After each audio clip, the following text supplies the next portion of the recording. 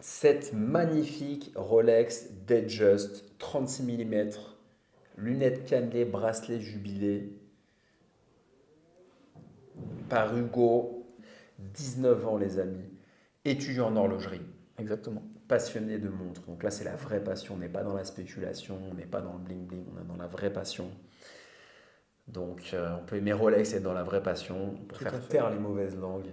On te connaît déjà sur la chaîne Hugo, tu es déjà passé 2 fois. Ouais, Et là on essaie ta plus belle pièce, la dernière également. tout à fait. Donc toi, pour remettre un peu dans le contexte, donc tu es passionné d'horlogerie, donc tu apprends à être horloger finalement, C'est ça. Je suis passionné et étudiant en horlogerie, tout à fait. étudiant en horlogerie. Est-ce que tu peux nous raconter sur cette Datejust? Alors, cette Datejust, donc montre pour mes 20 ans. Bon, je l'ai eu un petit peu avant. Euh, je réfléchissais à quelle montre je voulais pour mes 20 ans. Je suis passé par plusieurs modèles. La Reverso, Gégère Lecoultre, qui est très jolie, mais je trouve que je suis encore un petit peu jeune. Ensuite, je suis passé par ouais, Cartier Santos, j'aime beaucoup. Pareil, je sais pas trop. Omega Constellation, j'aime bien. Il y avait pas mal de modèles, mais je reviens à Rolex parce que c'est la marque qui me fait le plus rêver, qui me fait le plus vibrer. Et celle-ci spécifiquement, donc c'est moi qui me la suis offert pour mes 20 ans. Je Tiens, trouvais que mais là, c'était un bel accomplissement en fait. De me dire, bah voilà, tu as réussi à t'offrir une Datejust, à obtenir une Datejust aussi, parce que donc prix boutique, donc pas de marché gris. c'est ça. Alors ils ont augmenté au 1er novembre. Moi quand je l'ai achetée, elle était 8250 et là je crois qu'elle est passée à 8005 ou 8007, je sais plus, mais elle a augmenté.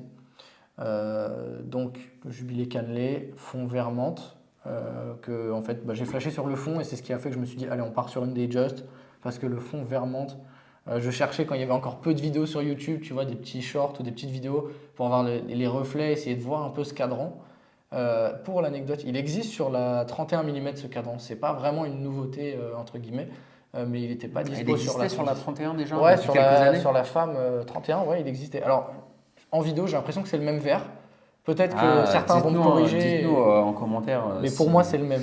Mais c'est bien parce que je suis pas tout seul, parce que vous êtes, devez être aussi des milliers à être comme nous. C'est-à-dire, quand vous regardez une montre, vous allez chercher les shorts, les TikTok, Ah ouais, à YouTube, fond. toute la nuit. La dernière fois, j'étais encore en train de me coucher à je sais pas quelle heure.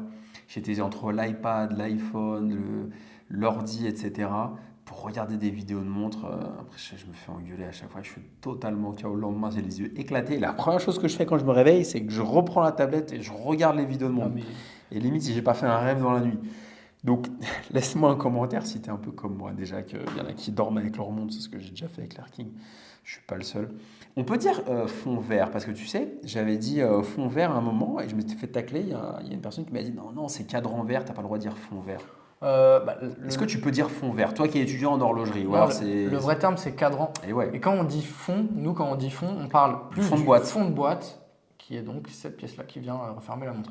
Donc en fait le fond c'est cette pièce-là au Mais fond. souvent on dit fond vert. Donc c'est pas. Alors Normalement c'est même cadran. moi j'ai dû le dire par abus de langage si tu Par abus veux, de langage, ouais. mais le vrai terme c'est cadran vert. Voilà, cadran, lunettes c'est ce qu'il y a autour, boîtier, fond de boîte, fermoir, voilà Fond quoi. de boîte plein.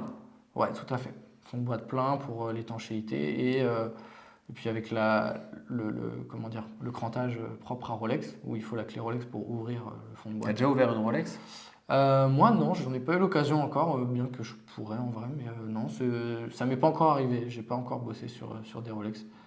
Un truc qui est sympa, c'est celle-ci. Et encore, j'ai une belle anecdote à te raconter. Enfin, un Dis-moi, petit dis-moi, détail. raconte-nous des anecdotes parce qu'on en rêve d'anecdotes. Je sais pas si tu arrives à bien voir là où il y a mon Alors, pouce, le poinçon. ouais, Alors, ouais, ouais, tout ouais, ouais. simplement, pour les amateurs de joaillerie et de montres, cette montre est donc pour la plupart des pièces en acier et la lunette que vous avez là est en or En or blanc. blanc, ouais. Alors, sur le cadran aussi, il y a de l'or blanc. Tout ce qui est aiguille et index et le logo, c'est de l'or blanc. Mais là, la lunette est en or blanc. Donc en France, on est obligé de déposer un poinçon quand on a des matières précieuses. Et ça, c'est un poinçon qui est propre à Rolex pour dire que justement, cette montre est un mélange d'acier et d'or blanc.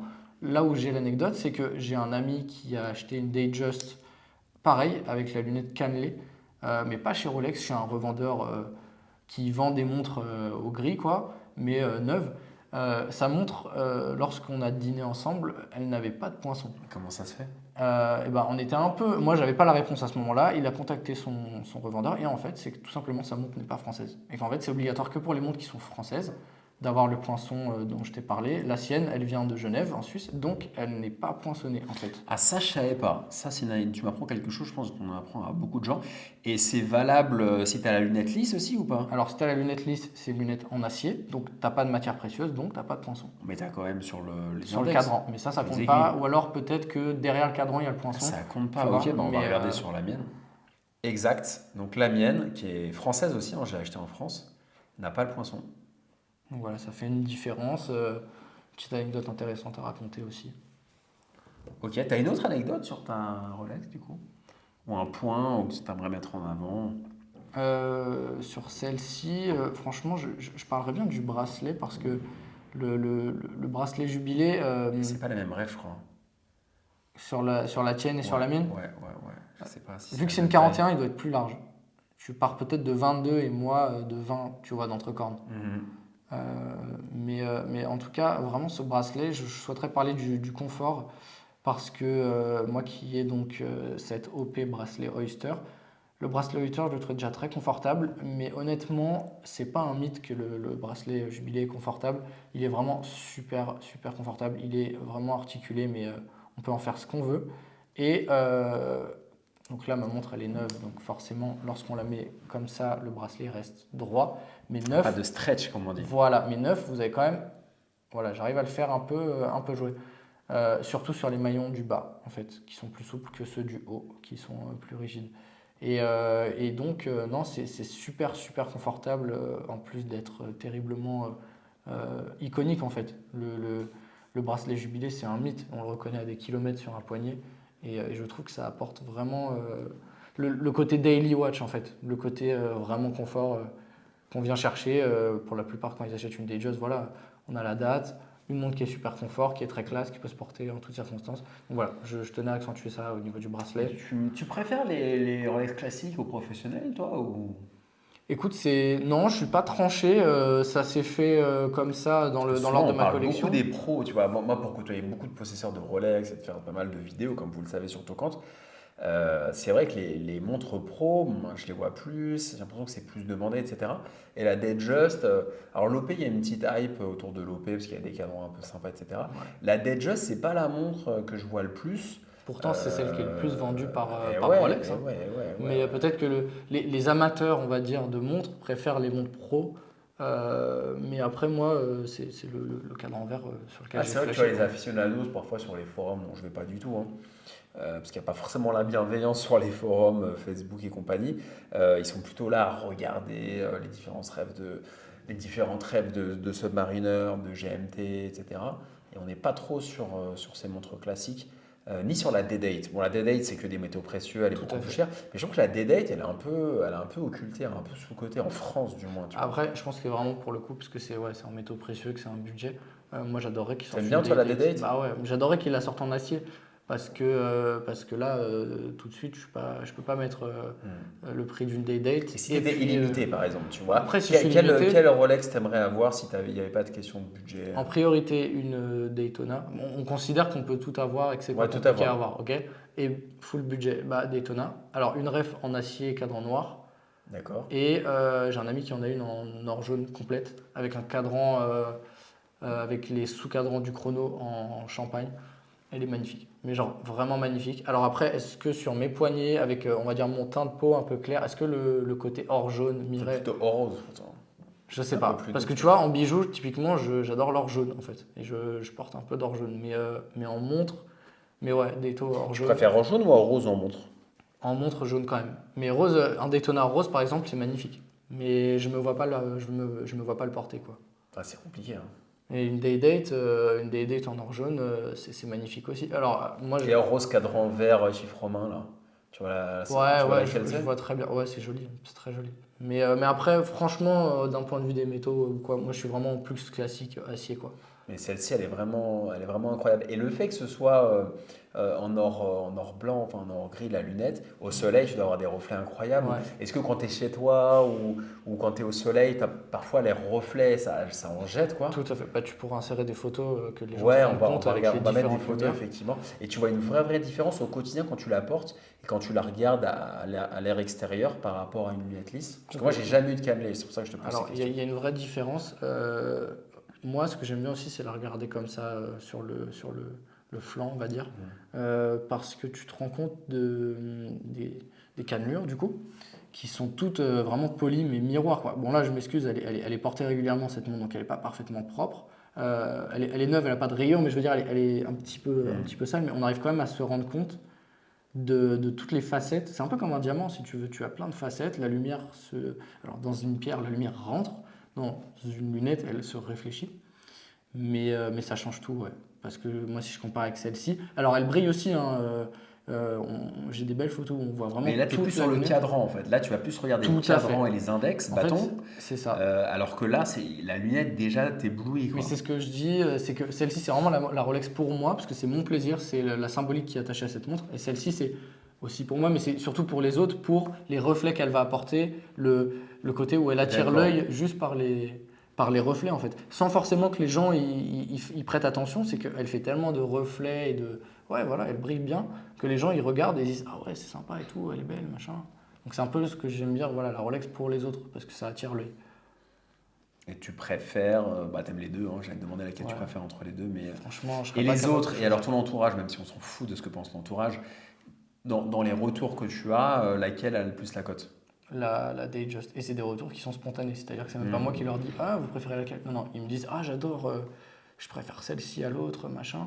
Ou bien ceux qui savent pas que j'en ai une autre, ils me disent juste ah, elle est super jolie, j'adore le vert, le Est-ce que c'est une reflet. vraie? Est-ce que c'est une vraie? Alors ça, on me l'a jamais demandé. Pourtant, c'est curieux, hein. Moi, Moi, on on me m'a l'a jamais jamais demandé demandé. aussi.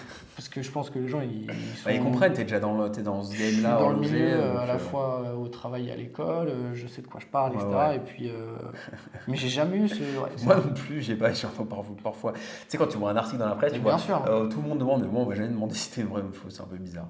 Mais vraiment très très joli ce cadre en verre, moi j'aime beaucoup.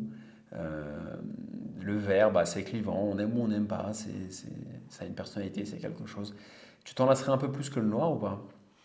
Moi, j'aurais tendance à dire oui, forcément, parce que le noir, ça passe avec tout, c'est Pour intemporel. varier, c'est bien en fait. Tu mets du C'est noir et ça. quand t'as envie Dans d'un peu l'ordre, plus de il était peps. plus logique que j'achète d'abord l'Oyster, puis une Datejust avec un autre cadran. Et effectivement, par exemple, ça aurait été dommage, entre guillemets, que j'achète une Datejust cadran noir. Parce que bien qu'elle soit très jolie, j'ai déjà une Oyster cadran noir, en fait. Donc là, le côté vert, j'ai flashé dessus, je me suis dit, allez, on y va, tu vois, ça a du sens. Et sur les pros, par exemple, la Submariner, tu préfères lunettes noires ou lunettes vertes? Moi, ma préférée de toutes les subs modernes en céramique, c'est vraiment la Hulk, en Ah fait. ouais, moi aussi. J'ai un pote qui l'a, elle est incroyable, mais elle est incroyable, cette montre. Elle est incroyable. Ouais, je Après, l'aimerais on essayer parle, sur on la parle de chaîne. références récentes ou neuves, donc en céramique. Après, sur les pré-céramiques, il y en a qui sont incroyables. Mais ouais, non, la Hulk, elle est magnifique. Mais c'est pas le même verre que celle-là, hein. Le cadran, il n'a rien à voir, hein, sur la Hulk. Non, je sais. Et après, si tu parles vraiment de la toute dernière que je crois on appelle la Kermit, si je dis pas de conneries, donc cadran noir, lunettes vertes, là je suis moins Pas la fan. Schtroumpf?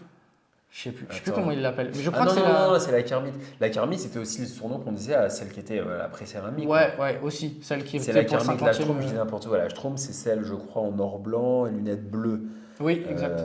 si je dis pas de bêtises. Et d'ailleurs, ouais, la nouvelle sub, même si elle passe en 41 par rapport à l'autre qui est en 40, en fait, elle est un peu plus affinée et Ouais, elle est moins carrée, elle est ouais, difforme, ouais, en fait. ouais, elle est pas C'est mal, j'aime bien. différent.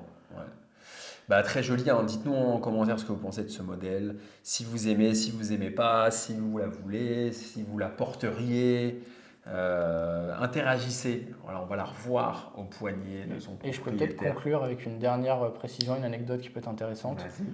Si vous connaissez un peu les Datejust, vous pourrez me dire ah, c'est marrant, les anciennes références, elles n'avaient pas le fermoir Oyster Clasp. On avait un espèce de fermoir intégré où en fait tu avais tout le bracelet Oui. Datejust et tu avais juste la petite couronne Rolex comme ça qui était un peu dissimulée dedans. Ouais, exact. Qu'est-ce qu'apporte ce fermoir et pourquoi ils ont changé? Parce qu'en fait, c'est comme sur mon Oyster, tu as le EasyLink. Le EasyLink, c'est quoi? C'est un demi-maillon que tu peux étendre de cette façon pour avoir 5 mm supplémentaires et donc avoir une montre qui au poignet flotte plus. Donc quand il fait très chaud, que la montre te serre, tu mets le EasyLink et là voilà, tu as ton demi-maillon de confort. Et ça n'existait pas sur l'autre. C'était très joli aussi, le côté où tu avais vraiment tout le bracelet, ça faisait plus bijou, tu vois. Là, effectivement, on reprend le bracelet emblématique, enfin le fermoir emblématique, mais on a quand même le gain Depuis du quelle EasyLink. année ils ont fait ça? Les récentes qui sont passées avec le nouveau mouvement 32, 35, 70 heures de réserve de marge, donc 2016, je crois. Si je dis pas de bêtises, 2016 ou C'est ça, 2018. Très très joli. Bah, très bien, bah, merci Hugo, hein. Avec plaisir. Chouette montre. Donnez votre avis en commentaire, ça peut être intéressant. N'hésitez pas, hein, soyez vraiment transparent, dites-nous honnêtement ce que vous en pensez. Voilà, dites-nous ce que vous en pensez. Tocant, on dit ce qu'on pense, vous connaissez la recette, donc faut pas hésiter. Les amis, merci pour votre fidélité. Très jolie montre. Donc c'est la troisième vidéo que j'ai tournée avec Hugo à Paris. Je sais que vous avez beaucoup apprécié les deux premières. N'hésitez pas à me dire en commentaire si vous en voulez encore. Restez connectés. À très bientôt. Salut.